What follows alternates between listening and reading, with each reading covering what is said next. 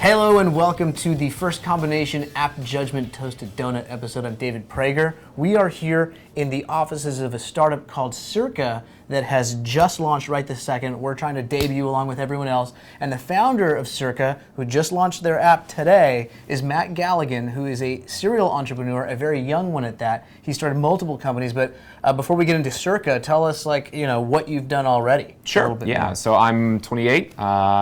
From Central Illinois. My first company was a company called Social Thing, which helped manage social networks and things like that. And we ended up getting acquired by AOL back in 2008 and worked for AOL for a bit of time. Started my second company with Dig alumni Joe Stump. And we did a company called Simple Geo, which was made to help developers deal with location data on their apps and things like that. Stuff, yeah. Cool. And so this is your first app. Right, yeah, definitely my first app. We've been doing cool stuff with a lot of different companies that I've been working on, but this one is definitely my first app. As a lot of people are creating apps or just being entrepreneurs in general, a lot of the reason to do it is to solve a problem.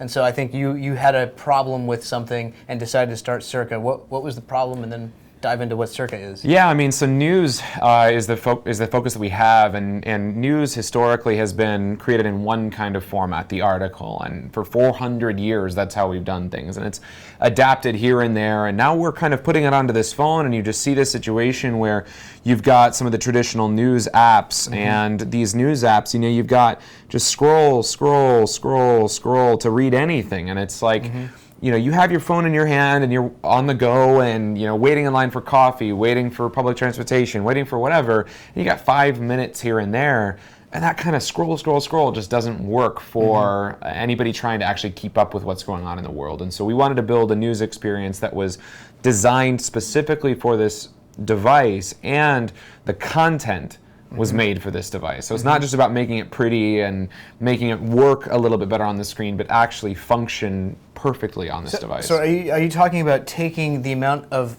information that you need to scroll through and whittling it down, or are you talking about making it easier to find the news stories that you want to read? Or it's more about tailoring the content to this device. So it is kind of boiling it down, but it's not creating summaries, because with summaries you inherently lose something. We consider what we do to be the atomic elements of news, and so it's the facts, the stats, the quotes, the most important details of a story somehow boiled down into individual bits of information. So one story might have 10 points, if you will, another story might have 5 points. But it's designed to make it super simple to just swipe through and get through all the news very quickly. I gotcha. So you're kind of personifying a journalist's upside down pyramid. Right. Okay. So let's take a look at it. Yeah, of course. So let's jump into the app. Now I'm running an alpha version on this, and so the version that will be launched will be very similar to this.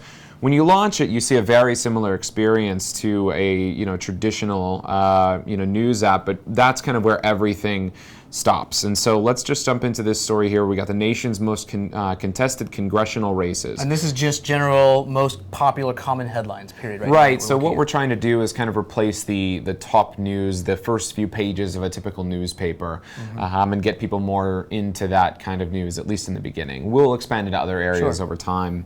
So the first thing you notice is it's not just a scroll through experience, but rather this kind of swipe experience where you have multiple, we call them cards, and each card contains a particular point, one bit of data, one bit of information. In this case, we're talking about the congressional races. And in this case, we have this nice little map that we display to help contextualize whatever you're trying to look at or whatever you're getting here.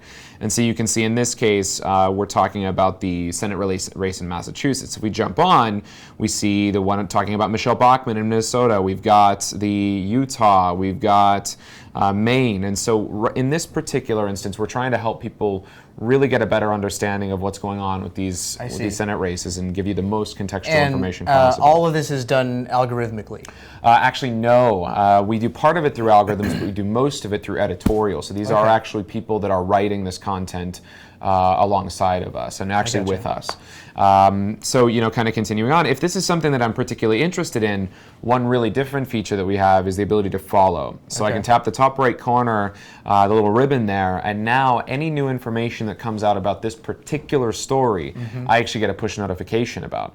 And so if it's the story that was all about the other day, we saw a story about the guy that was going to skydive from space. Yeah. Set a world record, supersonic speed. As it was happening, I followed that story, and I was getting push notifications about the delays and the wind and why you canceled. Right, exactly. And I didn't need to keep refreshing pages. I didn't need to do any of that because it was just getting pushed to me at that whole time. And so part of what your app does, I believe, is this was a big news story, and maybe the word of him deciding not to follow through that day might have been published by 50 sources. Sure. You guys will make sure that you don't bombard them with 50 updates. You give them, how does that function? How does that work? It's all about this combination of editorial and the technology, right? And so you are following specific stories, the things that you particularly care about, and then our editorial team will be the ones that are actually pushing this content out. And so they're the ones that they're boiling it all down into one particular point and then pushing it out so that you then get that update of whatever it is that you are following. So what other particular features are there aside from following the story? You've got some editorial people and a little bit of back-end algorithm making stuff work. Totally, and so let's jump into this story. We're going to be talking about Romney and what happens if he gets elected. We have a couple different things that are on this screen. In this case, we have just a standard point, so no maps, no quotes, no anything like that. Different styles can be for different kinds of content, but in this case, we have just this point. If I want to know where this point came from, I can hit the I and just like that see where the source is for that particular content. So we want to help people really begin to trust us as a news source so that we can always say, hey, look, this is where we got this content. So even if they don't trust us, they can trust them. Cool. And then additionally, we have this related stories idea. So if you want to dive in further on this particular content, you can actually tap that and it takes you to one level deeper of a story. And kind of like how you get lost in Wikipedia and just jump through all these different stories, that's kind of what we're targeting here. I see. And if you want to just dig deeper. You can definitely do that. So I want to keep this kind of abbreviated a little bit, but where do you guys see yourselves, like, a couple of years from now? How do you see people having transformed the way they use their time for their news experience? We think it's about efficiency. We think it's about being as simple as we possibly can be and briefing somebody on the news. The president doesn't wake up in the morning and necessarily read a piece of paper to get all of his news. He gets something that says, here are all the things that you need to know today.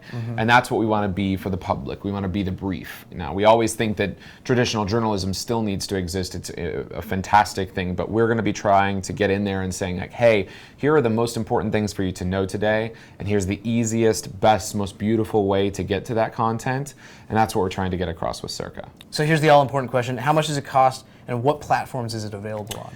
So it's free at launch. We've got plenty of plans to, subscribe and do different things later on down the road, but when we launch, it will be free. And currently we're available on iPhone specifically. As we've got iPhone 5 taken care of there. We've got all the iPhones available, but we'd love to get an Android. Our CTO uses an Android device. It's gonna be a little bit of time before we get an Android because we are a native experience. We want to build the best experience possible. And so Android will take us a little bit longer to get there. Cool. Very cool. Well, thanks for being on AppJudgment and on Toasted Donut. We're going to run this, but if you want more, there's going to be a little bit more beyond this on Toasted Donut. Also, if you're interested in learning more about this, chances are when this launches, we're going to make sure that you can subscribe to what Circa's doing so that hopefully you can see it on AppJudgment, one would hope.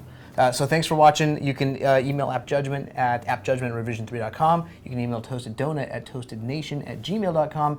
And you can see all these different social media links to find us. They're all along the bottom. Thanks for watching. Thanks for being on the show. And we'll catch you next time.